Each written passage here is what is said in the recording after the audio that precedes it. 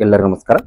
ಆತ್ಮೀಯರೇ, ವಿಯೆನ್ನಾ ಕಾಂಗ್ರೆಸ್ ಅಂತಕ್ಕಂಥ ವಿಷಯವನ್ನ ಮುಕ್ತಾಯಗೊಳಿಸಿದ ನಂತರ ಅದರ ಮುಂದುವರಿದ ಭಾಗವಾಗಿ ಸದ್ಯದ ಅವಧಿಯಲ್ಲಿ ನಾವು ಚರ್ಚೆಯನ್ನು ಕೈಗೊಳ್ಳತಕ್ಕಂಥ ಮತ್ತೊಂದು ವಿಷಯ ಯಾವತ್ತಪ್ಪ ಅಂತಂದ್ರೆ ಯುರೋಪಿನ ಮೇಳಗಳು ಅಂತಕ್ಕಂಥ ವಿಷಯ.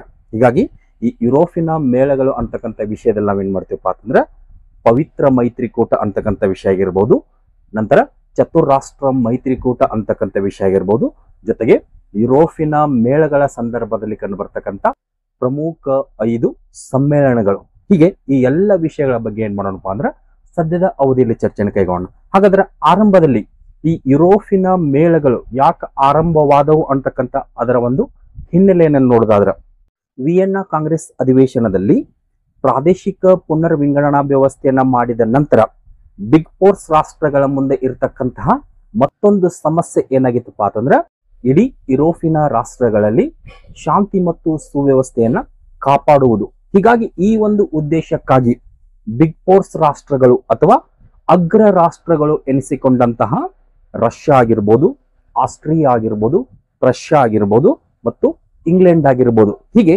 ಈ 4 ರಾಷ್ಟ್ರಗಳು ಕೂಡಿಕೊಂಡು ಏನ್ ಮಾಡ್ತಾವಪ್ಪ ಅಂತಂದ್ರೆ ವಿಯೆನ್ನಾ ಕಾಂಗ್ರೆಸ್ ಎಂಬ ಅಧಿವೇಶನವನ್ನ ಮುಕ್ತಾಯಗೊಳಿಸಿದ ನಂತರ 1815ರ ನವೆಂಬರ್ 20ರಂದು ತಮ್ಮ ಒಂದು ಒಕ್ಕೂಟವನ್ನ ರಚನೆ ಮಾಡಿಕೊಳ್ತಾವ. ಹೀಗಾಗಿ ಈ ಒಕ್ಕೂಟವನ್ನ ಏನಂತ ಕರಿತೀವಪ್ಪ ಅಂತಂದ್ರೆ ಯುರೋಪಿನ ಒಕ್ಕೂಟ ಅಂತ ಕರಿತೀವಿ. ಹೀಗಾಗಿ ಈ ಯುರೋಪಿನ ಒಕ್ಕೂಟದ ಅವಧಿಯಲ್ಲಿ ಈ 4 ರಾಷ್ಟ್ರಗಳು ಏನ್ ಮಾಡ್ತಾವಪ್ಪ ಅಂತಂದ್ರೆ ಮುಖ್ಯವಾಗಿ 5 ಸಮ್ಮೇಳನಗಳನ್ನ ನಡೆಸ್ತಾವ. ಹೀಗಾಗಿ ಆ 5 ಸಮ್ಮೇಳನಗಳು ಕಂಡು ಬಂದಂತ ಹಿನ್ನೆಲೆಯಲ್ಲಿ ಈ ಯುರೋಪಿನ ಒಕ್ಕೂಟವನ್ನ ನಾವು ಏನಂತ ಕರಿತೀವಪ್ಪ ಅಂತಂದ್ರೆ ಯುರೋಪಿನ ಮೇಳಗಳಂತ ಕರಿತೀವಿ. ಹಾಗಾದ್ರೆ ಈ ಯುರೋಪಿನ ಮೇಳಗಳನ್ನ ಸವಿವರವಾಗಿ ನೋಡೋದಾದ್ರೆ, ನೆಪೋಲಿಯನ್ನ ಪತನಾನಂತರ ಆಸ್ಟ್ರಿಯಾದ ಚಾನ್ಸಲರ್ ಹಾಗೂ ಮಹಾ ಮುತ್ಸದ್ದೀಯ ರಾಜಕಾರಣಿ ಎಂದು ಪ್ರಖ್ಯಾತಿಗೊಂಡಂತಹ ಮೆಟರ್ನಿಕ್ ಏನ್ ಮಾಡ್ತಾನಪ್ಪ ಅಂತಂದ್ರೆ ಈ ಯುರೋಪಿನ ಮೇಳಗಳನ್ನ ಹಮ್ಮಿಕೊಳ್ಳಲಿಕ್ಕೆ ತನ್ನ ಒಂದು ಅಭಿಪ್ರಾಯವನ್ನು ಮಂಡಿಸ್ತಾನೆ. ಹೀಗಾಗಿ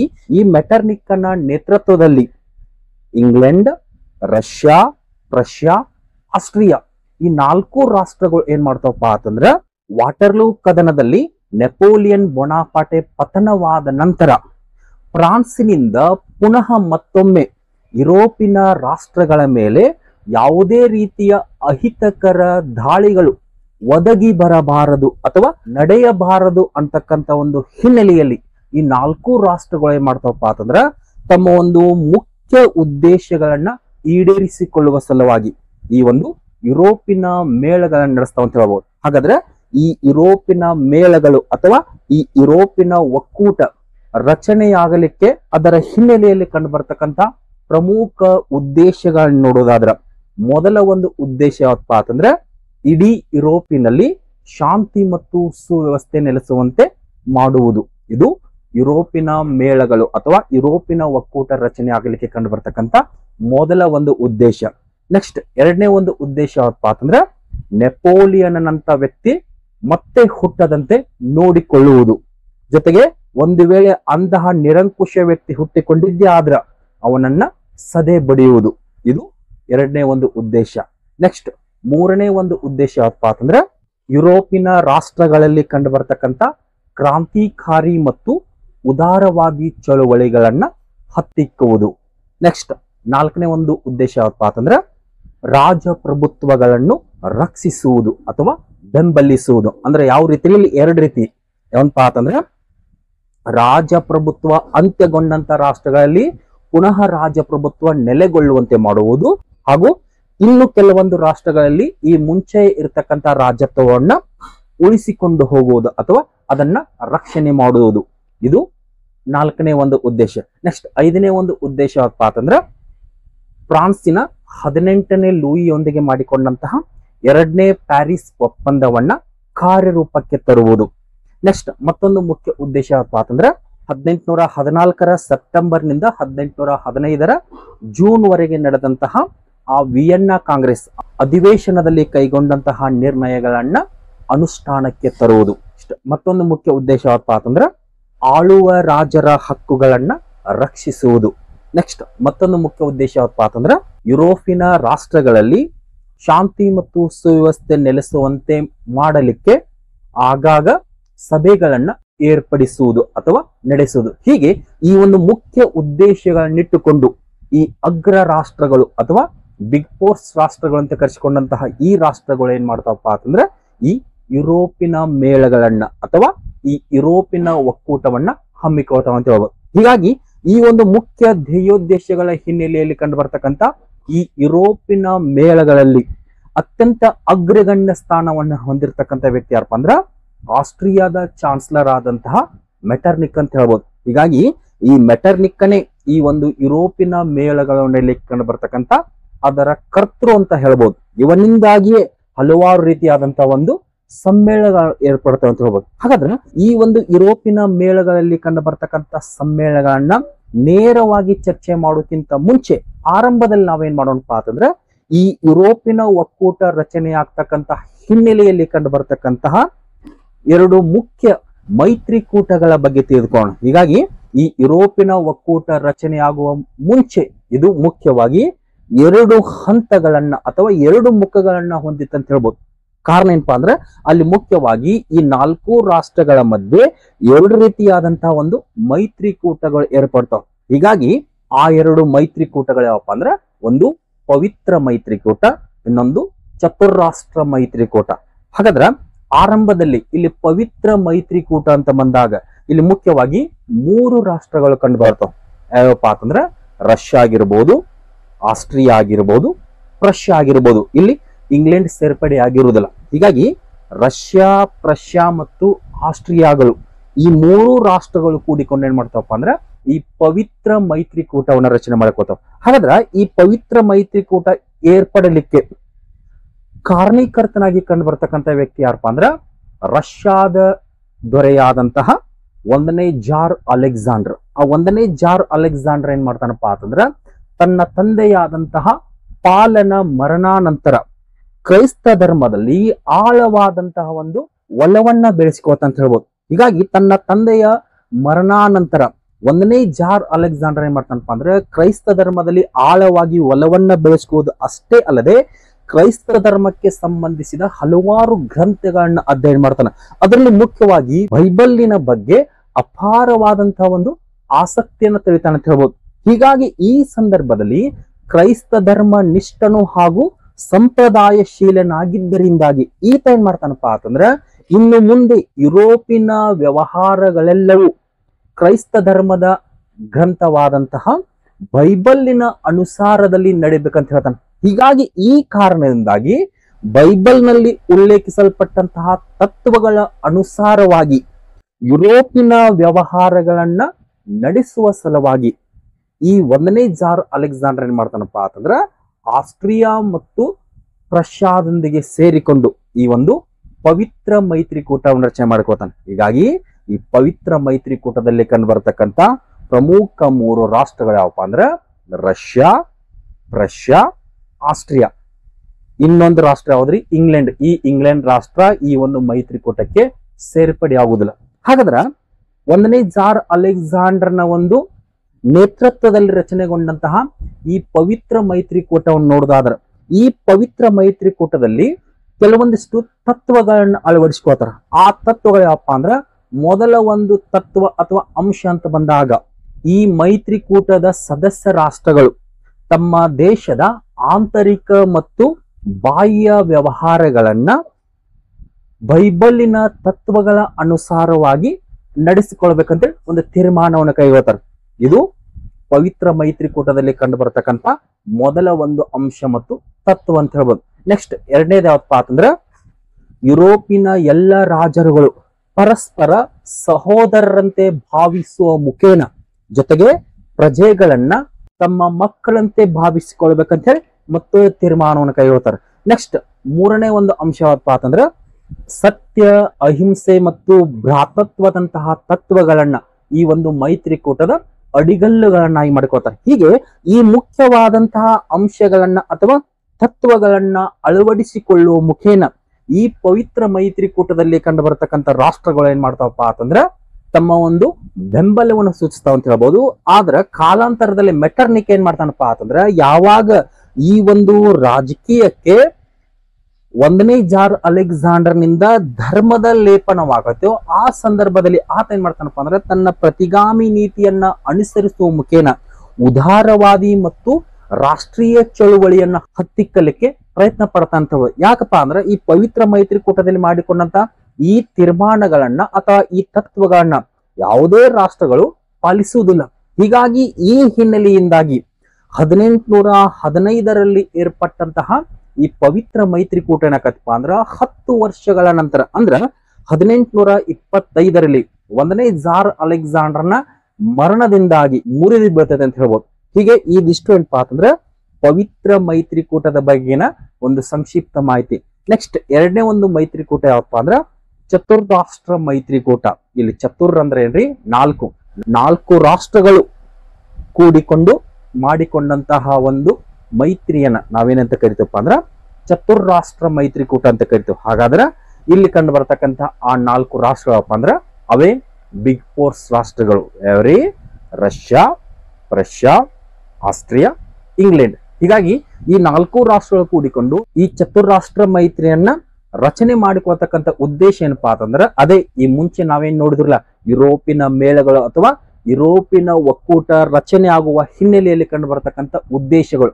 ಆ ಉದ್ದೇಶಗಳ ಈಡೇರಿಕೆಗಾಗಿಯೇ ನವೆಂಬರ್ 20, 1815ರಲ್ಲಿ ಏನ್ ಮಾಡ್ತಾವಪ್ಪ ಅಂದ್ರೆ ಚತುರ್ರಾಷ್ಟ್ರ ಮೈತ್ರಿಕೂಟವನ್ನ ರಚನೆ ಮಾಡಿಕೊಳ್ತಾವ. ಕನ್ಫ್ಯೂಸ್ ಆಗಬೇಡ್ರಿ, ಇಲ್ಲಿ ಚತುರ್ರಾಷ್ಟ್ರ ಮೈತ್ರಿಕೂಟದ ರಚನೆಯೊಂದಿಗೆ ಆ ಒಂದು ಯುರೋಪಿನ ಒಕ್ಕೂಟವು ಅಸ್ತಿತ್ವಕ್ಕೆ ಬಂದಿರುತ್ತೆ. ಹೀಗಾಗಿ ನಾವು ಅಧ್ಯಯನ ದೃಷ್ಟಿಯಲ್ಲಿ ಪ್ರತ್ಯೇಕವಾಗಿ ಚರ್ಚೆ ಮಾಡ್ತೀವಿ. ಆದ್ರೆ ನೇರವಾಗಿ ಏಕಕಾಲಕ್ಕೆ ಅಂದ್ರೆ ಚತುರ್ರಾಷ್ಟ್ರ ಮೈತ್ರಿಕೂಟ ಏರ್ಪಟ್ಟಂತಹ ಸಂದರ್ಭದಲ್ಲಿಯೇ ಆ ಬಿಗ್ ಫೋರ್ಸ್ ರಾಷ್ಟ್ರಗಳಿಂದ ಯುರೋಪಿನ ಒಕ್ಕೂಟ ಏನಾಗಿರುತ್ತೆ ಅಸ್ತಿತ್ವಕ್ಕೆ ಬಂದಿರುತ್ತೆ. ಹೀಗಾಗಿ ಇಲ್ಲಿ ಯುರೋಪಿನ ಒಕ್ಕೂಟ ರಚನೆ ಆಗುವ ಹಿನ್ನೆಲೆಯಲ್ಲಿ ಕಂಡು ಬರ್ತಕ್ಕಂಥ ಧ್ಯೇಯೋದ್ದೇಶಗಳೇ ಈ ಚತುರ್ರಾಷ್ಟ್ರ ಮೈತ್ರಿಕೂಟದ ಅವಧಿಯಲ್ಲಿ ಅಂತ ಹೇಳ್ಬೋದು. ಆದ್ರೆ ಮುಖ್ಯವಾದಂತ ಒಂದು ಉದ್ದೇಶ ಏನಪ್ಪಾ ಅಂತಂದ್ರೆ ಯುರೋಪಿನಲ್ಲಿ ಶಾಂತಿ ಮತ್ತು ಸುವ್ಯವಸ್ಥೆ ನೆಲೆಸುವಂತೆ ಮಾಡುವುದು ಅಥವಾ ನೋಡಿಕೊಳ್ಳುವುದು. ಹೀಗೆ ಈ 2 ಮುಖಗಳನ್ನ ಅಥವಾ ಈ 2 ಹಂತಗಳಲ್ಲಿ ಕಂಡು ಬರ್ತಕ್ಕಂಥ ಪವಿತ್ರ ಮೈತ್ರಿಕೂಟ ಮತ್ತು ಚತುರ್ರಾಷ್ಟ್ರ ಮೈತ್ರಿಕೂಟವನ್ನ ನೋಡಿದ ನಂತರ ಮುಂದುವರೆದಂತೆ ನಾವೇನ್ ಮಾಡೋಣಪ್ಪ ಅಂದ್ರ ಆ ಯುರೋಪಿನ ಒಕ್ಕೂಟ ರಚನೆಯಾದಂತ ಸಂದರ್ಭದಲ್ಲಿ ಬಿಗ್ ಫೋರ್ಸ್ ರಾಷ್ಟ್ರಗಳು ಕೈಗೊಂಡಂತಹ ಪ್ರಮುಖ ಸಮ್ಮೇಳನಗಳ ಬಗ್ಗೆ ತಿಳ್ಕೊಳ್ಳೋಣ. ಹಾಗಾದ್ರೆ ಎಷ್ಟು ಸಮ್ಮೇಳನಗಳು ಕಂಡು ಬರ್ತಾರೆ? ಮುಖ್ಯವಾಗಿ 5 ಸಮ್ಮೇಳನಗಳು. ಅದರಲ್ಲಿ ಮೊದಲ ಒಂದು ಸಮ್ಮೇಳನ ಅಥವಾ ಸಭೆ ಯಾವಪ್ಪ ಅಂತಂದ್ರ ಎಕ್ಸಲಾ ಚಾಪೆಲ್ ಕಾಂಗ್ರೆಸ್. ಇದು ಯಾವಾಗ ನಡೆದಿತ್ತಪ್ಪ ಅಂತಂದ್ರ 1800.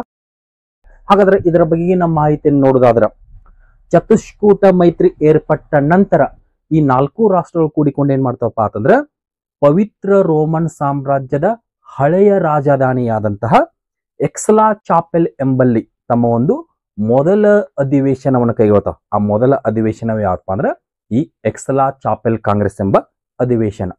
ಇನ್ನು ಈ ಸಮ್ಮೇಳನವನ್ನು ಯಾಕೆ ನಡೆಸ್ತಾರಪ್ಪ ಅಂತಂದ್ರ ಫ್ರಾನ್ಸಿನ ಸಮಸ್ಯೆಗಳನ್ನ ಕುರಿತು ಚರ್ಚೆ ಮಾಡುವ ಸಲುವಾಗಿ ಈ ಬಿಗ್ ಫೋರ್ಸ್ ರಾಷ್ಟ್ರಗಳು ಏನ್ ಮಾಡ್ತಾವಪ್ಪ ಅಂದ್ರ 1818ರಲ್ಲಿ ಈ ಒಂದು ಪ್ರಥಮ ಅಧಿವೇಶನ ನಡೆಸ್ತಾವ.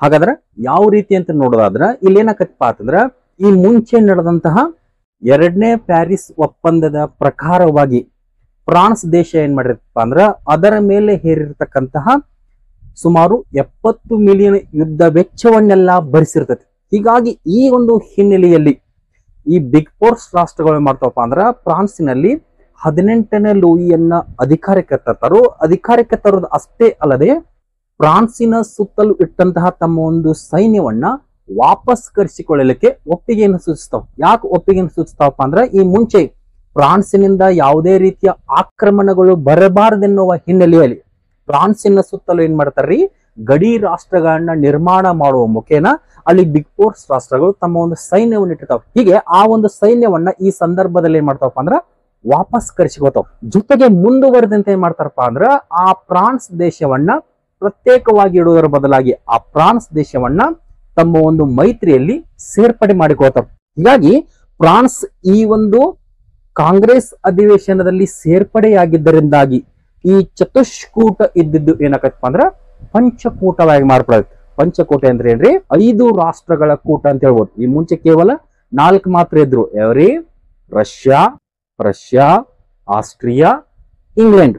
ಹೀಗೆ ಈ 4 ರಾಷ್ಟ್ರಗಳ ಜೊತೆಗೆ ಈ ಎಕ್ಸಲಾ ಚಾಪೆಲ್ ಕಾಂಗ್ರೆಸ್ ನಲ್ಲಿ ಏನಾಕತ್ತಪ್ಪ ಅಂದ್ರೆ ಫ್ರಾನ್ಸ್ ಸೇರ್ಪಡಾಕತಿ. ಹೀಗಾಗಿ ಫ್ರಾನ್ಸ್ ಸೇರ್ಪಡೆಯಾಗಿದ್ದರಿಂದಾಗಿ ಈ ಚತುಷ್ಕೂಟ ಇದಿದ್ದು ಪಂಚಕೂಟವಾಗಿ ಮಾರ್ಪಡತ್ತೆ ಹೇಳ್ಬೋದು.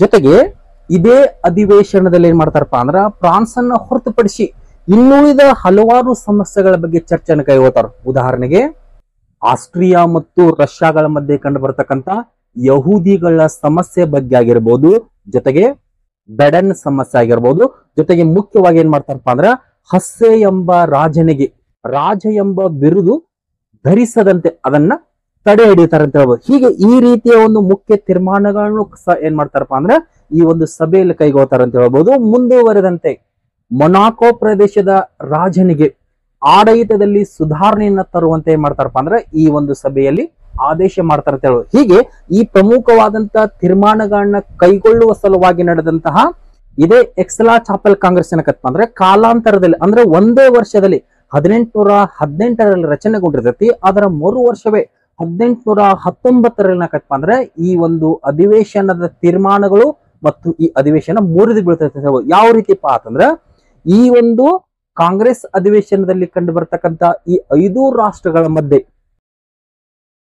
ಏನಕಪ್ಪ ಅಂದ್ರೆ ಕೆಲವೊಂದಿಷ್ಟು ಭಿನ್ನಾಭಿಪ್ರಾಯಗಳು ಕಂಡು ಬರ್ತಾವ. ಉದಾಹರಣೆಗೆ ಮುಖ್ಯವಾಗಿ 2 ವಿಷಯಗಳಲ್ಲಿ ಭಿನ್ನಾಭಿಪ್ರಾಯಗಳು ಕಂಡು ಬರ್ತಾವ. ಮೊದಲ ಒಂದು ವಿಷಯ ಯಾವಪ್ಪ ಅಂತಂದ್ರೆ ಮೆಡಿಟೇರಿಯನ್ ಸಮುದ್ರದಲ್ಲಿ ಕಡಲ್ಗಳ್ಳರ ಒಂದು ಹಾವಳಿ ಹೆಚ್ಚಾಗಿರುತ್ತೆ. ಹೀಗಾಗಿ ಆ ಕಡಲ್ಗಳ್ಳರನ್ನ ಶಿಕ್ಷಿಸುವಂತೆ ರಷ್ಯಾ ದೇಶ ಏನ್ ಮಾಡತ್ತಪ್ಪ ಅಂದ್ರ ಮೈತ್ರಿಕೂಟದ ಸೈನ್ಯಕ್ಕೆ ಒತ್ತಾಯ ಮಾಡತೈತಿ. ಆದ್ರ ಈ ರಷ್ಯಾದ ಒತ್ತಾಯವನ್ನ ಈ ಮೈತ್ರಿಕೂಟ ಸೈನ್ಯ ಏನ್ ಮಾಡತ್ತಪ್ಪ ಅಂದ್ರ ವಿರೋಧ ಮಾಡತ್ತೆ. ಅಂದ್ರೆ ಇದ್ರ ಅರ್ಥ ಏನ್ರಿ, ಮೆಡಿಟೇರಿಯನ್ ಸಮುದ್ರದಲ್ಲಿ ಕಡಲ್ಗಾಳರ ಹಾವಳಿ ಹೆಚ್ಚಾಗಿರತ್ತೆ. ಹೀಗಾಗಿ ಆ ಹಾವಳಿಯನ್ನ ಕೇವಲ ಯಾವುದೇ ಒಂದು ರಾಷ್ಟ್ರ ಹತ್ತಿಕ್ಕದೆ ಇಡೀ ಮೈತ್ರಿಕೂಟದಲ್ಲಿ ಕಂಡು ಬರ್ತಕ್ಕಂಥ ಎಲ್ಲ ರಾಷ್ಟ್ರಗಳು ಇಂಗ್ಲೆಂಡ್ ಆಗಿರ್ಬೋದು, ರಷ್ಯಾ ಆಗಿರ್ಬೋದು, ಆಸ್ಟ್ರಿಯಾ ಆಗಿರ್ಬೋದು, ಜೊತೆಗೆ ಫ್ರಾನ್ಸ್ ಆಗಿರ್ಬೋದು, ಇವೆಲ್ಲವೂ ಕೂಡಿಕೊಂಡು ತಮ್ಮ ಒಂದು ಸೈನಿಕ ಬಲದಿಂದ ಆ ಒಂದು ಕಡಲ್ಗಳನ್ನ ಶಿಕ್ಷಿಸಬೇಕಂತೇಳಿ ರಷ್ಯಾ ಒತ್ತಾಯ ಮಾಡತೈತಿ. ಆದ್ರೆ ಇಂಗ್ಲೆಂಡ್ ಏನ್ ಮಾಡದಪ್ಪ ಅಂದ್ರ ರಷ್ಯಾದ ಒಂದು ಸಲಹೆಯನ್ನ ತಿರಸ್ಕರಿಸತ್. ಯಾಕಪ್ಪ ಅಂದ್ರ ಆ ಕಡಲ್ಗಳರು ಆ ಹೊತ್ತಿಗೆಗಾಗಲಿ ಏನ್ ಮಾಡ್ತಾರಪ್ಪ ಅಂದ್ರ ಬ್ರಿಟನ್ನಿನ ಧ್ವಜವನ್ನ ಗೌರವಿಸುವ ಮುಖೇನ ಬ್ರಿಟನ್ನಿನ ಒಂದು ಅಧೀನಕ್ಕೆ ಬಂದಿರ್ತಂತ. ಹೀಗಾಗಿ ಈ ಹಿನ್ನೆಲೆಯಲ್ಲಿ ರಷ್ಯಾದ ಒಂದು ಸೈನ್ಯ ಮೆಡಿಟರೇನಿಯನ್ ಪ್ರದೇಶಕ್ಕೆ ಪ್ರವೇಶ ಮಾಡುವುದನ್ನ ಈ ಇಂಗ್ಲೆಂಡ್ ಕಟುವಾಗಿ ಖಂಡಿಸ್ತದೆ ಅಥವಾ ವಿರೋಧ ಮಾಡ್ತದೆ. ಹೀಗಾಗಿ ಈ ಹಿನ್ನೆಲೆಯಲ್ಲಿ ಈ ಮೆಡಿಟರೇನಿಯನ್ ಸಮುದ್ರದಲ್ಲಿ ಕಂಡು ಬರ್ತಕ್ಕಂತ ಕಡಲ್ಗಳ್ಳರ ಒಂದು ಹಾವಳಿಯಿಂದಾಗಿ ಈ ಒಂದು ಮೊದಲ ಅಧಿವೇಶನ ಮುರಿದು ಬಿದ್ದಂತ ಹೇಳ್ಬೋದು. ಜೊತೆಗೆ ಮತ್ತೊಂದು ಮುಖ್ಯ ಕಾರಣ ಯಾವಪ್ಪ ಅಂತಂದ್ರ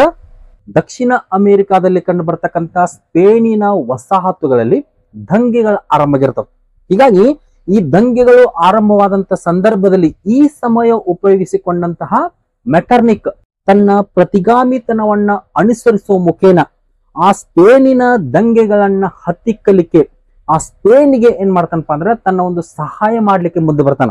ಆದ್ರ ಈ ಆಸ್ಟ್ರಿಯಾದ ಈ ಪ್ರತಿಗಾಮಿ ನೀತಿಯನ್ನ ಬ್ರಿಟನ್ ಏನ್ ಮಾಡದಪ್ಪ ಅಂದ್ರ ವಿರೋಧ ಮಾಡದ.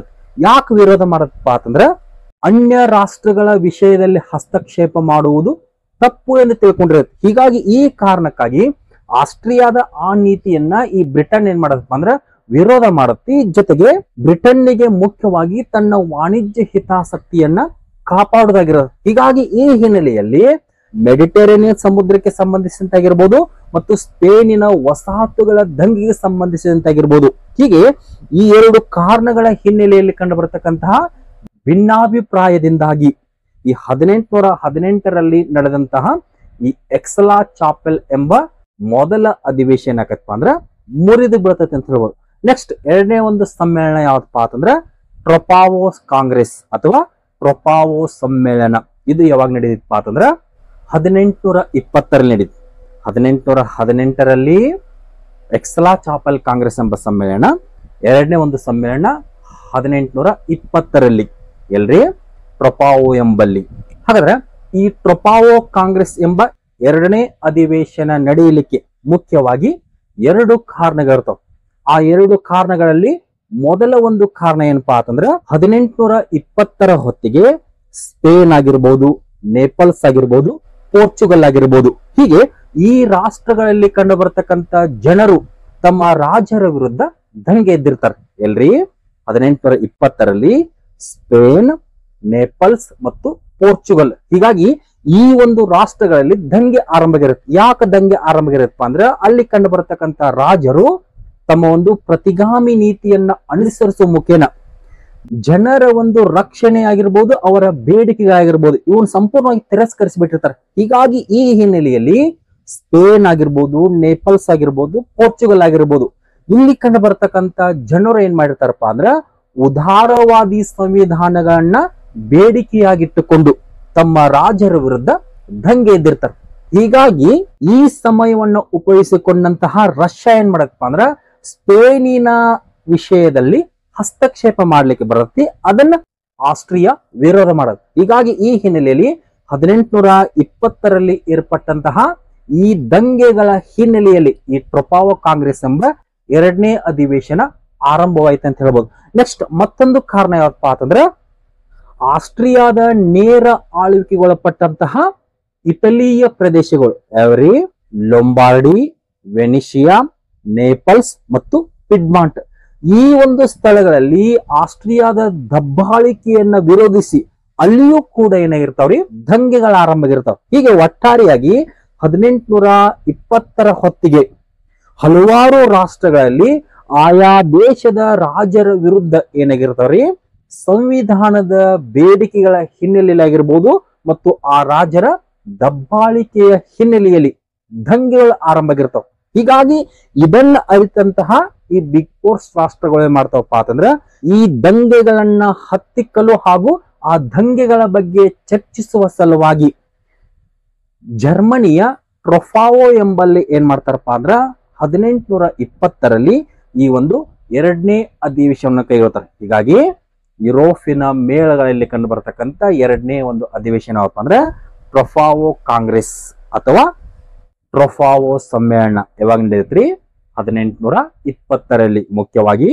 2 ಕಾರಣಗಳ ಹಿನ್ನೆಲೆಯಲ್ಲಿ. ಹಾಗಾದ್ರೆ ಈ ಒಂದು ಕಾರಣಗಳ ಹಿನ್ನೆಲೆಯಲ್ಲಿ ಕಂಡು ಬರ್ತಕ್ಕಂತ ಈ ಟ್ರೊಪಾವೋ ಕಾಂಗ್ರೆಸ್ ನ ಬಗ್ಗೆ ನೋಡೋದಾದ್ರ ಇಲ್ಲಿ ಏನಾಕತ್ತಪ್ಪ ಅಂದ್ರ ಒಂದ್ ಕಡೆ ಸ್ಪೇನಿನಲ್ಲಿ ದಂಗೆ ಆರಂಭವಾದಾಗ ಸ್ಪೇನಿಗೆ ಸಹಾಯ ಮಾಡಲಿಕ್ಕೆ ರಷ್ಯಾ ಮುಂದೆ ಬರುತ್ತೆ, ಅದನ್ನ ಮೆಟರ್ನಿಕ್ ವಿರೋಧ ಮಾಡ್ತಾನು. ಮತ್ತೊಂದು ಕಡೆ ಆ ರಷ್ಯಾದ ನಿಯಂತ್ರಣದಲ್ಲಿರ್ತಕ್ಕಂತ ನೇಪಲ್ಸ್ ನಲ್ಲಿ ಆಸ್ಟ್ರಿಯಾದ ವಿರುದ್ಧ ದಂಗೆ ಎದ್ದಾಗ ಆ ಒಂದು ನೇಪಲ್ಸ್ನ ದಂಗೆಯನ್ನ ಹತ್ತಿಕ್ಕಲು ಮತ್ತು ಅದರ ಬಗ್ಗೆ ಚರ್ಚಿಸುವ ಸಲುವಾಗಿ ಮೆಟರ್ನಿಕ್ ಏನ್ ಮಾಡ್ತಾನಪ್ಪ ಅಂದ್ರೆ ತನ್ನ ಮಿತ್ರ ರಾಷ್ಟ್ರಗಳನ್ನ ಕೂಡಿಸಿಕೊಂಡು ಜರ್ಮನಿಯ ಟ್ರೊಪಾವೋ ಎಂಬಲ್ಲಿ ಒಂದು ಸಭೆಯನ್ನ ಆಯೋಜಿಸ್ತಾನೋ. ಆ ಸಭೆಯನ್ನ ಆಯೋಜಿಸೋದು ಅಷ್ಟೇ ಅಲ್ಲದೆ ಆ ಸಭೆಯಲ್ಲಿ ಏನ್ ಮಾಡ್ತಾನಪ್ಪ ಅಂದ್ರೆ ಒಂದು ಮುಖ್ಯವಾದಂತಹ ನಿರ್ಣಯವನ್ನ ಕೈಗೊಂಡು ಆ ನಿರ್ಣಯಕ್ಕೆ ಬಿಗ್ ಫೋರ್ಸ್ ರಾಷ್ಟ್ರಗಳೆಲ್ಲವೂ ಸಹಿ ಮಾಡುವಂತೆ ಒಂದು ತೀರ್ಮಾನವನ್ನ ಕೈಗೊಳ್ತಾರೆ.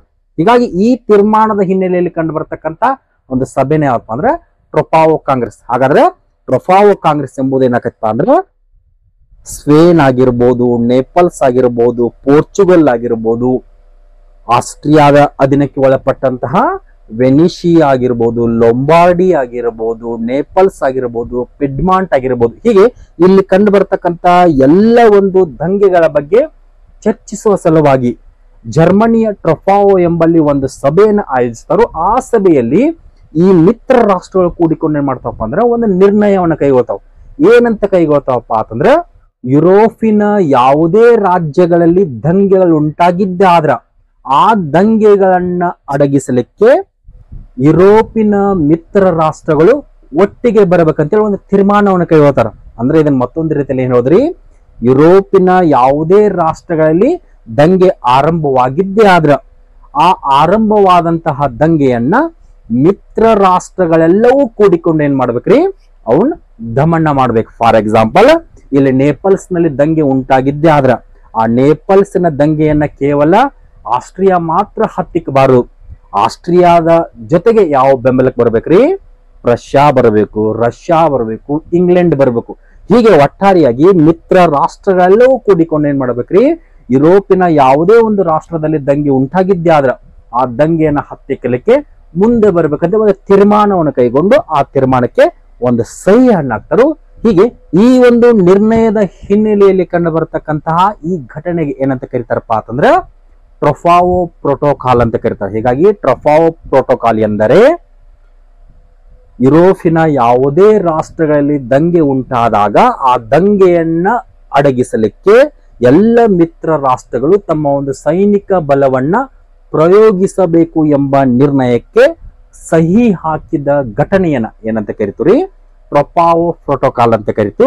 ಹೀಗೆ ಮೆಟರ್ನಿಕ್ನ ಚಾಣಾಕ್ಷತೆಯಿಂದ ಏರ್ಪಟ್ಟಂತಹ ಈ ಒಂದು ಟ್ರೊಪಾವೋ ಅಧಿವೇಶನದ ಈ ತೀರ್ಮಾನವನ್ನ ಇಂಗ್ಲೆಂಡ್ ಏನ್ ಮಾಡತ್ತಪ್ಪ ಅಂದ್ರೆ ಕಟುವಾಗಿ ಖಂಡಿಸ್ತದೆ ಅಂತ ಹೇಳ್ಬೋದು. ಯಾಕಪ್ಪ ಅಂತಂದ್ರ ಅನ್ಯ ರಾಷ್ಟ್ರಗಳ ವಿಷಯದಲ್ಲಿ ಹಸ್ತಕ್ಷೇಪ ಮಾಡುವುದು ತಪ್ಪು ಅಂತ ತಿಳ್ಕೊಂಡಿರುತ್ತೆ. ಹೀಗಾಗಿ ಈ ಹಿನ್ನೆಲೆಯಲ್ಲಿ ಮೆಟರ್ನಿಕ್ ಒಂದು ಕಡೆ ರಾಜತಾಂತ್ರಿಕವಾಗಿ ತನ್ನ ಯಶಸ್ಸನ್ನ ಸಾಧಿಸಿದ್ದರೂ ಕೂಡ ಇಂಗ್ಲೆಂಡ್ ಇದನ್ನ ವಿರೋಧ ಮಾಡುತ್ತೆ. ಅದರಲ್ಲೂ ಇಂಗ್ಲೆಂಡಿನ ವಿದೇಶಾಂಗ ಮಂತ್ರಿ ಆದಂತ ಲಾರ್ಡ್ ಕ್ಯಾಸರ್ಲಿಗ್ ಏನ್ ಮಾಡ್ತಾನಪ್ಪ ಅಂತಂದ್ರೆ ಈ ಒಂದು ಟ್ರೊಪಾವೋ ಪ್ರೋಟೋಕಾಲಿನ ನಿರ್ಣಯವನ್ನ ವಿರೋಧ ಮಾಡ್ತಾ ಅಂತ ಹೇಳ್ಬೋದು. ಹೀಗೆ ಈ ದೃಷ್ಟಿ ಏನಪ್ಪಾ ಅಂತಂದ್ರೆ ಟ್ರೊಪಾವೋ ಕಾಂಗ್ರೆಸ್ನ ಬಗೆಗಿನ ಒಂದು ಸಂಕ್ಷಿಪ್ತ ಮಾಹಿತಿ.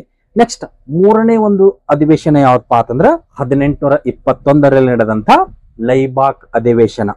ಈ ಒಂದು ಮೂರನೇ ಅಧಿವೇಶನ ಯಾಕಪ್ಪ ಅಂದ್ರೆ ಇದು ಮುಖ್ಯವಾಗಿ ಎರಡು ಕಾರಣಗಳ ಹಿನ್ನೆಲೆ. ಎರಡು ಕಾರಣ ಅಂದ್ರೆ ಈ ಮುಂಚೆ ನೋಡಿರ್ತಕ್ಕಂಥ ಒಂದು ಕಾರಣ ಯಾವ್ದ್ರಿ, ಆಸ್ಟ್ರಿಯಾದ ವಿರುದ್ಧ ನಡೆದಂತ ಒಂದು ದಂಗೆಗಳು. ಎಲ್ರಿ, ಲೊಂಬಾರ್ಡಿ ಆಗಿರ್ಬೋದು, ವೆನಿಷಿಯಾ ಆಗಿರ್ಬೋದು, ನೇಪಲ್ಸ್ ಆಗಿರ್ಬೋದು, ಪಿಡ್ಮಾಂಟ್ ಆಗಿರ್ಬೋದು. ಹೀಗೆ ಈ ಒಂದು ಪ್ರದೇಶಗಳಲ್ಲಿ ಆಸ್ಟ್ರಿಯಾದ ವಿರುದ್ಧ ದಂಗೆಗಳ ಆರಂಭ ಆಗಿರ್ತಾವೆ. ಹೀಗಾಗಿ ಈ ದಂಗೆಗಳ ಬಗ್ಗೆ ಆಗಿರ್ಬೋದು, ಮತ್ತೊಂದು ಕಡೆ ಟರ್ಕಿಯ ವಿರುದ್ಧ ಗ್ರೀಕರು ತಮ್ಮ ಒಂದು ದಂಗೆಯನ್ನು ಆರಂಭಿಸ್ತಿರ್ತಾರೆ. ಹೀಗೆ ಈ ಎರಡು ವಿಷಯಗಳ ಹಿನ್ನೆಲೆಯಲ್ಲಿ 1821ರಲ್ಲಿ ಆಸ್ಟ್ರಿಯಾದ ಹಂಗೇರಿಯಾದ ಪ್ರದೇಶಕ್ಕೆ ಸಂಬಂಧಿಸಿದ ಲೈಬಾಕ್ ಎಂಬಲ್ಲಿ ಈ ಒಂದು ಮೂರನೇ ಅಧಿವೇಶನ ನಡೆದಿತ್ತು ಹೇಳ್ಬೋದು. ಹಾಗಾದ್ರೆ ಆ ಲೈಬಾಕ್ ಎಂಬಲ್ಲಿ ನಡೆದಂತಹ ಈ ಒಂದು ಅಧಿವೇಶನದಲ್ಲಿ ಆಸ್ಟ್ರಿಯಾ ಏನ್ ಮಾಡತ್ತಪ್ಪ ಅಂತಂದ್ರೆ ನೇಪಲ್ಸ್ ಮತ್ತು ಪಿಡ್ಮಾಂಟ್ಗಳಲ್ಲಿ ನಡೆದಂತಹ ದಂಗೆಯನ್ನ ಹತ್ತಿಕ್ಕಲಿಕ್ಕೆ ಆಸ್ಟ್ರಿಯಾ ತನ್ನ ಒಂದು ಸೈನ್ಯವನ್ನ ಕಳಿಸಲಿಕ್ಕೆ ತನ್ನ ಸಮ್ಮತಿಯನ್ನ ಸೂಚಿಸ್ತಂತ ಹೇಳ್ಬೋದು. ಯಾವ ಸಮ್ಮೇಳನದಲ್ಲಿ? ಈ ಲೈಬಾಕ್ ಸಮ್ಮೇಳನದಲ್ಲಿ. ಮತ್ತೊಂದು ಕಡೆ ಟರ್ಕಿಯ ದುರಾಡಳಿತದ ವಿರುದ್ಧ ಗ್ರೀಕರು ದಂಗೆ ಎದ್ದಿರ್ತಾರೆ. ಹೀಗಾಗಿ ಈ ಸಂದರ್ಭದಲ್ಲಿ ರಷ್ಯಾ ಏನ್ ಮಾಡದಪ್ಪ ಅಂತಂದ್ರ ಆ ಟರ್ಕಿಯಲ್ಲಿ ಕಂಡು ಬರತಕ್ಕಂತ ದಂಗೆಯನ್ನ ಅಡಗಿಸುವ ಸಲುವಾಗಿ ಗ್ರೀಕರಿಗೆ ಈ ರಷ್ಯಾ ಸಹಾಯ ಮಾಡ್ಲಿಕ್ಕೆ ಮುಂದೆ ಬರುತ್ತೆ. ಇದನ್ನ ಬ್ರಿಟನ್ ಮತ್ತು ಆಸ್ಟ್ರಿಯಾ ಈ ಎರಡೂ ರಾಷ್ಟ್ರಗಳು ಏನ್ ಮಾಡ್ತಾವಪ್ಪ ಅಂದ್ರ ವಿರೋಧ ಮಾಡ್ತಾವ. ಹೀಗೆ ಈ ಎರಡು ಘಟನೆಗಳ ಬಗೆಗಿನ ಒಂದು ವಿಷಯಗಳನ್ನ ಏನ್ ಮಾಡ್ತಾರಪ್ಪ ಅಂದ್ರೆ ಈ ಲೈಬಾಕ್ ಎಂಬ ಅಧಿವೇಶನದಲ್ಲಿ ಚರ್ಚೆ ಮಾಡ್ತಾ ಅಂತ ಹೇಳ್ಬೋದು. ನೆಕ್ಸ್ಟ್ ನಾಲ್ಕನೇ ಒಂದು ಅಧಿವೇಶನ ಯಾವತ್ತಪ್ಪ ಅಂತಂದ್ರೆ 1822ರಲ್ಲಿ ಏರ್ಪಟ್ಟಂತಹ ವೆರೋನಾ ಕಾಂಗ್ರೆಸ್ ಅಥವಾ ವೆರೋನಾ ಅಧಿವೇಶನ ಅಂತ ಹೇಳ್ಬೋದು. ಇದು ಯುರೋಪಿನ ಮೇಳಗಳ ಸಂದರ್ಭದಲ್ಲಿ ಕಂಡು ಬರ್ತಕ್ಕಂಥ ಕೊನೆಯ ಅಧಿವೇಶನ. ಹಾಗಾದ್ರೆ ಈ ಕೊನೆಯ ಅಧಿವೇಶನವಾಗಿ ಕಂಡು ಬರ್ತಕ್ಕಂತಹ ಈ ವೆರೋನಾ ಕಾಂಗ್ರೆಸ್ನ ಬಗ್ಗೆ ನೋಡೋದಾದ್ರೆ ಇದು ಮುಖ್ಯವಾಗಿ ಎರಡು ಕಾರಣಗಳ ಹಿನ್ನೆಲೆಯಲ್ಲಿ ನಡೀತೈತೆ ಹೇಳ್ಬೋದು. ಎಷ್ಟು ಕಾರಣಗಳ ಹಿನ್ನೆಲೆಯಲ್ಲಿ? ಎರಡು ಕಾರಣಗಳ ಹಿನ್ನೆಲೆಯಲ್ಲಿ. ಒಂದು, ಗ್ರೀಕರ ವಿಷಯದಲ್ಲಿ ರಷ್ಯನ್ನರ ಹಸ್ತಕ್ಷೇಪ ಆಗಿರಬಹುದು, ಮತ್ತೊಂದು ಸ್ಪೇನಿನ ದಂಗೆಗೆ ಸಂಬಂಧಿಸಿದ ವಿಷಯ ಆಗಿರ್ಬೋದು. ಹೀಗೆ ಈ ಎರಡು ಮುಖ್ಯ ಕಾರಣಗಳ ಹಿನ್ನೆಲೆಯಲ್ಲಿ 1822ರಲ್ಲಿ ಮಿತ್ರ ರಾಷ್ಟ್ರಗಳು ಏನ್ ಮಾಡ್ತಾವಪ್ಪ ಅಂದ್ರೆ ಇಟಲಿಯ ವೆರೋನಾ ಎಂಬಲ್ಲಿ ಈ ಒಂದು ಸಭೆಯನ್ನು ನಡೆಸ್ತಾವ. ಎಲ್ಲಿ ನಡೆದತ್ರಿ? ಇಟಲಿಯ ವೆರೋನಾದಲ್ಲಿ. ಇದು 4ನೆಯ ಸಮ್ಮೇಳನ ಹೌದು ಮತ್ತು ಕೊನೆಯ ಸಮ್ಮೇಳನ ಹೌದು. ಇದರ ನಂತರ ಸೇಂಟ್ ಪೀಟರ್ಸ್ಬರ್ಗ್ ಅಂತ ಕಂಡು ಬರುತ್ತೆ. ಆದ್ರ ಅದು ಚತುಷ್ಕೂಟ ಮೈತ್ರಿ ಮುರಿದು ಬಿದ್ದ ನಂತರ ಕಂಡು ಬರ್ತಕ್ಕಂಥ ಕೊನೆಯ ಸಮ್ಮೇಳನ. ಆದ್ರ ಚತುಷ್ಕೂಟ ರಾಷ್ಟ್ರಗಳೆಲ್ಲವೂ ಇರುವಾಗಲೇ ನಡೆದಂತಹ ಒಂದು ಕೊನೆಯ ಸಮ್ಮೇಳನ ಯಾವಪ್ಪ ಅಂದ್ರ ಈ ಇಟಲಿಯ ವೆರೋನಾದಲ್ಲಿ ಕಂಡು ಬರ್ತಕ್ಕಂಥ ಒಂದು ಸಮ್ಮೇಳನ. ಹಾಗಾದ್ರೆ ಇಲ್ಲಿ ಮೊದಲ ಒಂದು ಕಾರಣ ಏನಾಗಿರುತ್ತಪ್ಪ ಅಂತಂದ್ರೆ ಟರ್ಕಿಯ ದುರಾಡಳಿತದ ವಿರುದ್ಧ ಗ್ರೀಕರು ತಮ್ಮ ಒಂದು ದಂಗೆಯನ್ನು ಆರಂಭಿಸಿರ್ತಾರೆ. ಹೀಗಾಗಿ ಇದನ್ನ ಗಮನಿಸಿರ್ತಕ್ಕಂಥ ರಷ್ಯಾ ಏನ್ ಮಾಡಿರ್ತಪ್ಪ ಅಂತಂದ್ರೆ ಗ್ರೀಕರಿಗೆ ಬೆಂಬಲವನ್ನ ಸೂಚಿಸುವ ಮುಖೇನ ಆ ಒಂದು ಟರ್ಕಿಯ ವಿಷಯದಲ್ಲಿ ಹಸ್ತಕ್ಷೇಪ ಮಾಡಿರುತ್ತೆ. ಯಾಕೆ ಹಸ್ತಕ್ಷೇಪ ಮಾಡಿರ್ತಪ್ಪ ಅಂತಂದ್ರ ಆ ಒಂದು ಗ್ರೀಕರಿಗೆ ಸಂಬಂಧಿಸಿದ ಮುಖ್ಯ ಪ್ರದೇಶ ಯಾವ್ದ್ರಿ? ಬಾಲ್ಕನ್ನಿನ ವಿಷಯದಲ್ಲಿ ಅಪಾರ ಆಸಕ್ತಿಯನ್ನ ಹೊಂದಿರ್ತದೆ. ಯಾವ್ದ್ರಿ? ರಷ್ಯಾ. ಹೇಗಾದ್ರೂ ಮಾಡಿ ನಾನು ಗ್ರೀಕರಿಗೆ ಸಹಾಯ ಮಾಡಿದ್ದೆ ಆದ್ರೆ ಗ್ರೀಕರ ಹಿಡಿತದಲ್ಲಿರ್ತಕ್ಕಂಥ ಬಾಲ್ಕನ್ ಅನ್ನ ತನ್ನ ನಿಯಂತ್ರಣಕ್ಕೆ ತೆಗೆದುಕೊಳ್ಳಬಹುದೆಂದು ಇದು ರಷ್ಯಾದ ಒಂದು ನಿಲುವಾಗಿರುತ್ತೆ. ಹೀಗಾಗಿ ಈ ಹಿನ್ನೆಲೆಯಲ್ಲಿ ರಷ್ಯಾ ಏನ್ ಮಾಡತ್ತಪ್ಪ ಅಂದ್ರ ಬಾಲ್ಕನ್ ಪ್ರದೇಶದಲ್ಲಿ ಹೊಂದಿರತಕ್ಕಂತ ವಿಶೇಷ ಆಸಕ್ತಿಯಿಂದಾಗಿ ಟರ್ಕರ ವಿರುದ್ಧ ನಡೆದಂತಹ ದಾಳಿಯ ಸಂದರ್ಭದಲ್ಲಿ ರಷ್ಯಾ ಗ್ರೀಕರಿಗೆ ಸಹಾಯ ಮಾಡಿರ್ತದೆ. ಹೀಗೆ ರಷ್ಯಾದ ಈ ಹಸ್ತಕ್ಷೇಪವನ್ನ ವಿರೋಧಿಸಿದ ಇಂಗ್ಲೆಂಡ್ ಮತ್ತು ಆಸ್ಟ್ರಿಯಾಗಳು ಏನ್ ಮಾಡ್ತಾವಪ್ಪ ಅಂದ್ರ ಇದನ್ನ ಕಟುವಾಗಿ ಖಂಡಿಸ್ತಾವ ಅಂತ ಹೇಳ್ಬೋದು. ಹೀಗೆ ಈ ಒಂದು ರಷ್ಯಾದ ಹಸ್ತಕ್ಷೇಪದ ಬಗ್ಗೆ ಚರ್ಚಿಸುವ ಸಲುವಾಗಿ ಈ ಒಂದು ವೆರೋನಾ ಕಾಂಗ್ರೆಸ್ ಎಂಬ ಅಧಿವೇಶನ ಆರಂಭ ಆಯ್ತು ಅಂತ ಹೇಳ್ಬೋದು. ಮತ್ತೊಂದು ಕಾರಣ ಯಾವಪ್ಪ ಅಂದ್ರ ಸ್ಪೇನಿನಲ್ಲಿ ಕಂಡು ಬರ್ತಕ್ಕಂಥ ದಂಗೆ. ಯಾವ ರೀತಿಪ್ಪ ಅಂದ್ರ ಸ್ಪೇನಿನ ಜನತೆ ತಮ್ಮ ಒಂದು ಉದಾರವಾದಿ ಸಂವಿಧಾನದ ಬೇಡಿಕೆಗಳನ್ನ ಈ 7ನೇ ಫರ್ಡಿನಾಂಡನ ಬಳಿ ಕೇಳಿಕೊಂಡಾಗ 7ನೇ ಫರ್ಡಿನಾಂಡ್ ಏನ್ ಮಾಡ್ತಾನ್ರಿ, ತನ್ನ ಪ್ರತಿಗಾಮಿ ನೀತಿಯನ್ನ ಅನುಸರಿಸುವ ಮುಖೇನ ಸ್ಪೇನಿನ ಜನರ ಬೇಡಿಕೆಗಳನ್ನ ನಿರ್ಲಕ್ಷ್ಯ ಮಾಡಿರ್ತಾನೆ. ಹೀಗಾಗಿ ಈ ಹಿನ್ನೆಲೆಯಲ್ಲಿ ಸ್ಪೇನಿನ ರಾಜನಾದಂತಹ 7ನೇ ಫರ್ಡಿನಾಂಡನ ವಿರುದ್ಧ ಸ್ಪೇನಿನ ಜನರು ದಂಗೆ ಎದ್ದು ಅವನನ್ನ ಅಧಿಕಾರದಿಂದ ತೆಗೆದುಹಾಕಿ ಬಿಟ್ಟಿರ್ತಾರೆ. ಹೀಗೆ ಒಟ್ಟಾರೆಯಾಗಿ ಸ್ಪೇನಿನ ದಂಗೆಯ ಪರಿಣಾಮದಿಂದಾಗಿ 7ನೇ ಫರ್ಡಿನಾಂಡ್ ಏನಾಗಿರ್ತಾನ್ರಿ, ತನ್ನ ಅಧಿಕಾರವನ್ನ ಕಳೆದುಕೊಂಡಿರ್ತಾನೆ. ಇದನ್ನ ಗಮನಿಸಿರ್ತಕ್ಕಂಥ ಫ್ರಾನ್ಸ್ ಏನ್ ಮಾಡದಪ್ಪ ಅಂದ್ರ ಆ ಸ್ಪೇನಿನ ದಂಗೆಯನ್ನ ಹತ್ತಿಕ್ಕುವ ಸಲುವಾಗಿ 7ನೇ ಫರ್ಡಿನಾಂಡನ ಒಂದು ಸಹಾಯಕ್ಕೆ ಬರ್ತದೆ. ಯಾಕೆ ಸಹಾಯಕ್ಕೆ ಬರದಪ್ಪ ಅಂತಂದ್ರೆ ಆ ಸ್ಪೇನಿನ ರಾಜನಾದಂತಹ 7ನೇ ಫರ್ಡಿನಾಂಡ್ ಆತ ಮೂಲತಃ ಫ್ರಾನ್ಸಿನ ಬೋರ್ಬನ್ ವಂಶಕ್ಕೆ ಸೇರಿದವನಾಗಿರ್ತಾನೆ. ಹೀಗಾಗಿ ಈ ಹಿನ್ನೆಲೆಯಲ್ಲಿ ಫ್ರಾನ್ಸ್ ಏನ್ ಮಾಡದಪ್ಪ ಅಂದ್ರ ತನ್ನ ವಂಶದ ರಾಜನಾದಂತಹ 7ನೇ ಫರ್ಡಿನಾಂಡನನ್ನ ಬೆಂಬಲಿಸುವ ಸಲುವಾಗಿ ಸ್ಪೇನಿನ ದಂಗೆಯಲ್ಲಿ ಹಸ್ತಕ್ಷೇಪ ಮಾಡದತಿ. ಈ ಸಂದರ್ಭದಲ್ಲಿ ಆಸ್ಟ್ರಿಯಾ ಮತ್ತು ರಷ್ಯಾ ಈ 2 ರಾಷ್ಟ್ರಗಳು ಮಾಡ್ತಪ್ಪ ಅಂದ್ರೆ ಫ್ರಾನ್ಸಿನ ಒಂದು ಹಸ್ತಕ್ಷೇಪವನ್ನು ಒಪ್ಪಿಕೊಳ್ತಾವ. ಫ್ರಾನ್ಸ್ ಏನ್ ಇರತ್ರಿ, ಆ ದಂಗೆಯನ್ನ ನಾ ಅಡಗಿಸ್ತಾನೋ ಅದಕ್ಕೆ ನನಗ ಅನುಮತಿ ಕೊಡಂತ ಇರುತ್ತೆ. ಅದಕ್ಕೆ ರಷ್ಯಾ ಮತ್ತು ಆಸ್ಟ್ರಿಯಾಗಳು ಒಪ್ಪಿಗೆಯನ್ನು ಸೂಚಿಸಿ ಅದಕ್ಕೆ ತಮ್ಮ ಒಂದು ಸಮ್ಮತಿಯನ್ನು ಸೂಚಿಸ್ತಾವು. ಆದ್ರೆ ಇಂಗ್ಲೆಂಡ್ ಫ್ರಾನ್ಸ್ ಅನ್ನ ವಿರೋಧಿಸ್ತದೆ. ಯಾಕಪ್ಪ ಅಂದ್ರೆ ಇಂಗ್ಲೆಂಡಿನ ಈ ಮುಂಚೆಯ ಒಂದು ನಿಲ್ಲುವಂತ ಬಂದಾಗ ಅನ್ಯ ರಾಷ್ಟ್ರಗಳ ವಿಷಯದಲ್ಲಿ ಹಸ್ತಕ್ಷೇಪ ಮಾಡುವುದು ತಪ್ಪಂತ ತಿಳ್ಕೊಂಡಿರುತ್ತೆ. ಹೀಗಾಗಿ ಈ ಸಂದರ್ಭದಲ್ಲಿ ಆ ಸ್ಪೇನಿನ ದಂಗೆಯನ್ನ ಹತ್ತಿಕ್ಕಲಿಕ್ಕೆ ಫ್ರಾನ್ಸ್ಗೆ ರಷ್ಯಾ ಮತ್ತು ಆಸ್ಟ್ರಿಯಾ ಅನುಮತಿಯನ್ನ ಕೊಟ್ಟರೂ ಕೂಡ ಇಂಗ್ಲೆಂಡ್ ಅದನ್ನ ವಿರೋಧ ಮಾಡೋದು. ಹೀಗೆ ಇಂಗ್ಲೆಂಡ್ ವಿರೋಧ ಮಾಡಿದ್ರು ಕೂಡ ಇಲ್ಲಿ ಫ್ರಾನ್ಸ್ ಏನ್ ಮಾಡ್ಬೇಕಾಗಿತ್ರಿ, ತಟಸ್ಥವಾಗಿರ್ಬೇಕಾಗಿತ್ತು. ಆದ್ರ ಫ್ರಾನ್ಸ್ ತಟಸ್ಥವಾಗಿರುವುದರ ಬದಲಾಗಿ ಇಂಗ್ಲೆಂಡ್ ವಿರೋಧ ಮಾಡಿದರೂ ಕೂಡ ಫ್ರಾನ್ಸ್ ತನ್ನ ಒಂದು ಸೈನಿಕ ಬಲವನ್ನ ಉಪಯೋಗಿಸುವ ಮುಖೇನ ಸ್ಪೇನಿನ ದಾಳಿಯಲ್ಲಿ ಹಸ್ತಕ್ಷೇಪ ಮಾಡಿ ಆ ಸ್ಪೇನಿನ ದಂಗೆಯನ್ನ ಹತ್ತಿಕ್ತದೆ. ಸ್ಪೇನಿನ ದಂಗೆಯನ್ನ ಹತ್ತಿಕ್ಕುವುದು ಅಷ್ಟೇ ಅಲ್ಲದೆ ಅಧಿಕಾರವನ್ನ ಕಳೆದುಕೊಂಡಂತಹ 7ನೇ ಫರ್ಡಿನಾಂಡನನ್ನ ಪುನಃ ಸ್ಪೇನಿನಲ್ಲಿ ಅಧಿಕಾರಕ್ಕೆ ತರ್ತದೆ ಹೇಳ್ಬೋದು. ಹೀಗೆ ಒಂದು ಕಡೆ ಸ್ಪೇನಿನ ದಂಗೆ ಅಂತ್ಯಗೊಂಡರೂ ಕೂಡ ಮತ್ತೊಂದು ಕಡೆ ಇಂಗ್ಲೆಂಡ್ ಏನ್ ಮಾಡದಪ್ಪ ಅಂದ್ರ ತನ್ನ ಒಂದು ಅಭಿಪ್ರಾಯಕ್ಕೆ ಯಾವಾಗ ಈ ಸಮ್ಮೇಳನದಲ್ಲಿ ಬೆಲೆ ಸಿಗುವುದಿಲ್ಲವೋ ಆ ಹಿನ್ನೆಲೆಯಲ್ಲಿ ಇಂಗ್ಲೆಂಡ್ ಏನ್ ಮಾಡದಪ್ಪ ಅಂದ್ರ ಈ ಒಂದು ಮೈತ್ರಿಕೂಟದಿಂದ ಹೊರ ಬರ್ತದೆ ಹೇಳ್ಬೋದು. ಹೀಗಾಗಿ ಇಂಗ್ಲೆಂಡ್ ಹೊರಬಂದ ಕಾರಣಕ್ಕಾಗಿ ಈ ವೆರೋನಾ ಕಾಂಗ್ರೆಸ್ ಎಂಬ ಅಧಿವೇಶನವೇ ಚತುರಾಷ್ಟ್ರಗಳ ಒಂದು ಕೊನೆಯ ಅಧಿವೇಶನ ಆಕತಿ. ಜೊತೆಗೆ ಯುರೋಪಿನ ಮೇಳಗಳು ಕೂಡ ಅಂತ್ಯಗೊಂಡವು ಅಂತ ಹೇಳ್ಬೋದು. ಇದಾದ ಬಳಿಕ ಏನಾಕತ್ಪ ಅಂತಂದ್ರ ಚತುಷ್ಕೂಟ ಮೈತ್ರಿಯಿಂದ ಇಂಗ್ಲೆಂಡ್ ಹೊರಬಂದ ನಂತರ ಉಳಿದ ರಾಷ್ಟ್ರಗಳು ಎವರಿ ರಷ್ಯಾ ಆಸ್ಟ್ರಿಯಾ ಫ್ರಾನ್ಸ್, ಇಲ್ಲಿ ಇಂಗ್ಲೆಂಡ್ ಇಲ್ಲ. ಯಾಕಪ್ಪ ಅಂದ್ರೆ ಇಂಗ್ಲೆಂಡ್ ಹೊರ ಬಂದ್ಬಿಟ್ಟತ್. ಹೀಗಾಗಿ ಈ 4 ರಾಷ್ಟ್ರಗಳು ಕೂಡಿಕೊಂಡು ಏನ್ ಮಾಡ್ತಾವಪ್ಪ ಅಂತಂದ್ರ ವೆರೋನಾ ಕಾಂಗ್ರೆಸ್ ಎಂಬ ಅಧಿವೇಶನ ಮುಕ್ತಾಯಗೊಂಡ ನಂತರ 1823ರಲ್ಲಿ ರಷ್ಯಾದ ಸೇಂಟ್ ಪೀಟರ್ಸ್ಬರ್ಗ್ ಎಂಬಲ್ಲಿ ಒಂದು ಅಧಿವೇಶನವನ್ನು ನಡೆಸ್ತಾವ.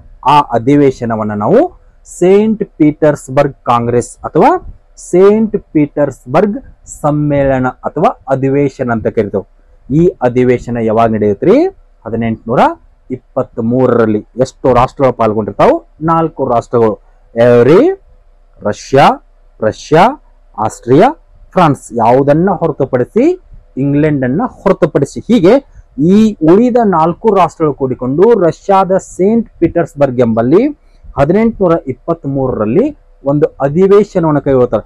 ಆ ಅಧಿವೇಶನವನ್ನ ಯಾವ ಕಾರಣಕ್ಕೆ ಕೈಗೊಳ್ತಾರಪ್ಪ ಅಂದ್ರ ಈ ಮುಂಚೆ ಚರ್ಚೆ ಮಾಡಿರ್ತಕ್ಕಂಥ ಸ್ಪ್ಯಾನಿಷ್ ವಸಾಹತುಗಳ ದಂಗೆಯ ಹಿನ್ನೆಲೆಯಲ್ಲಿ ಈ ಒಂದು ಸಮ್ಮೇಳನ ಆಯೋಜನೆ ಆಕತಿ. ಆದ್ರೆ ಈ ಆಯೋಜನೆಗೊಂಡಂತಹ ಸಮ್ಮೇಳನದಲ್ಲಿ ಈ ಸ್ಪೇನಿನ ದಂಗೆಗಳನ್ನ ಹತ್ತಿಕ್ಕಲಿಕ್ಕೆ ಇಂಗ್ಲೆಂಡ್ ಅನ್ನ ಹೊರತುಪಡಿಸಿ 4 ರಾಷ್ಟ್ರಗಳು ಏನ್ ಮಾಡ್ತಾವಪ್ಪ ಅಂದ್ರೆ ಒಪ್ಪಿಗೆಯನ್ನು ಸೂಚಿಸ್ತಾವು. ಆದ್ರೆ ಈ ಸಂದರ್ಭದಲ್ಲಿ ಅಮೆರಿಕಾದ ಅಧ್ಯಕ್ಷನಾದಂತ ಜೇಮ್ಸ್ ಮನ್ರೋ ಏನ್ ಮಾಡ್ತಾನಪ್ಪ ಅಂದ್ರೆ ಒಂದು ಘೋಷಣೆ ಹೊರಡಿಸ್ತಾನ. ಏನಂತ ಹೊರಡಿಸ್ತಾನಪ್ಪ ಅಂದ್ರ ಅಣ್ಣ ರಾಷ್ಟ್ರಗಳ ವಿಷಯದಲ್ಲಿ ಹೀಗೆ ಒಟ್ಟಾರೆಯಾಗಿ ಮೆಟರ್ನಿಕ್ ಕೈಗೊಂಡಂತಹ ಪ್ರತಿಗಾಮಿತನ ನೀತಿ ಫಲಿಸಲಿಲ್ಲ ಅಂತ ಹೇಳ್ಬೋದು. ಹೀಗೆ ಇವಿಷ್ಟೇನಪ್ಪ ಅಂತಂದ್ರೆ ಯುರೋಪಿನ ಮೇಳಗಳ ಸಂದರ್ಭದಲ್ಲಿ ಕಂಡುಬರ್ತಕ್ಕಂಥ ಪ್ರಮುಖ ಅಧಿವೇಶನಗಳು. ನೆಕ್ಸ್ಟ್, ಯುರೋಪಿನ ಮೇಳಗಳ ವಿಫಲತೆಗೆ ಕಾರಣಗಳು. ಈ ಯುರೋಪಿನ ಮೇಳಗಳು ಯಾಕೆ ವಿಫಲತೆಗೊಂಡಪ್ಪ ಅಂತಂದ್ರೆ ಅಲ್ಲಿ ತನ್ನದೇ ಆದಂತಹ ಹಲವಾರು ದೋಷಗಳಿದ್ದು ಅಂತ ಹೇಳ್ಬೋದು. ಉದಾಹರಣೆಗೆ ಇಲ್ಲಿ ಕಂಡುಬರ್ತ